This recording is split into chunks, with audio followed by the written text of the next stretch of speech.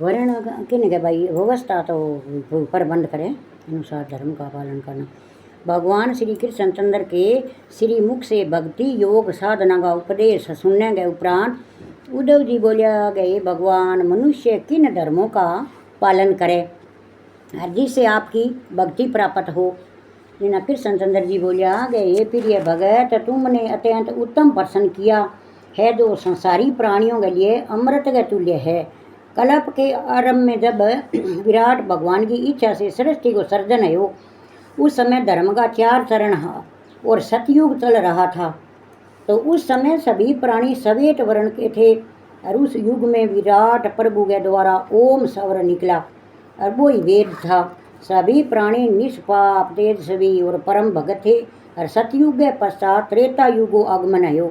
त्रेता युग में धर्म का 3 चरण हुए और द्वापर युग में धर्म का 2 चरण से हीन आया। ये उदय वह विराट पुरुष मैं ही हूँ।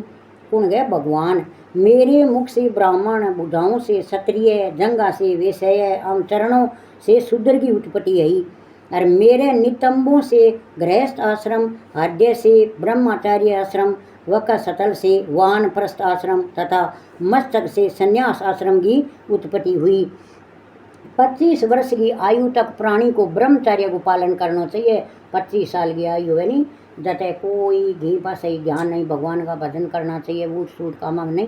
तत्पश्चात जब गृहस्थ आश्रम में प्रवेश करे तो कुली ने उत्तम कुल कन्या से विवाह करे हर एक स्त्री का रहे और यज्ञ दान आदि शुभ कर्म करे।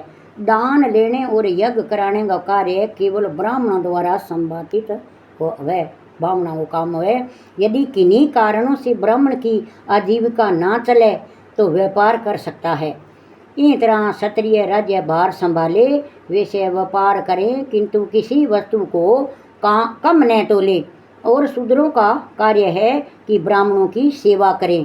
हे उदय जब प्राणी की आयु 50 वर्ष अथवा उससे अधिक हो जाए तो नियमों के अनुसार गृहस्थी का भार पुत्रा न सौंप पर वानप्रस्थ आश्रम में ग्रहण करें और वैराग्य लेकर वन में जाकर तीनों समय सुबह दोपहर संध्या काल स्नान करके पृथ्वी पर शयन करें और गर्मी में अग्नि के निकट सर्दी में गर्दन तक जल के बीच खड़े होकर तथा बरसात में मैदान में जाकर निवास करें। तत्पश्चात जब शरीर निर्बल हो जाए तो संन्यास आश्रम ग्रहण कर तपस्या करें। कमजोर है यही वर्ण अवस्था का विधान बताइए।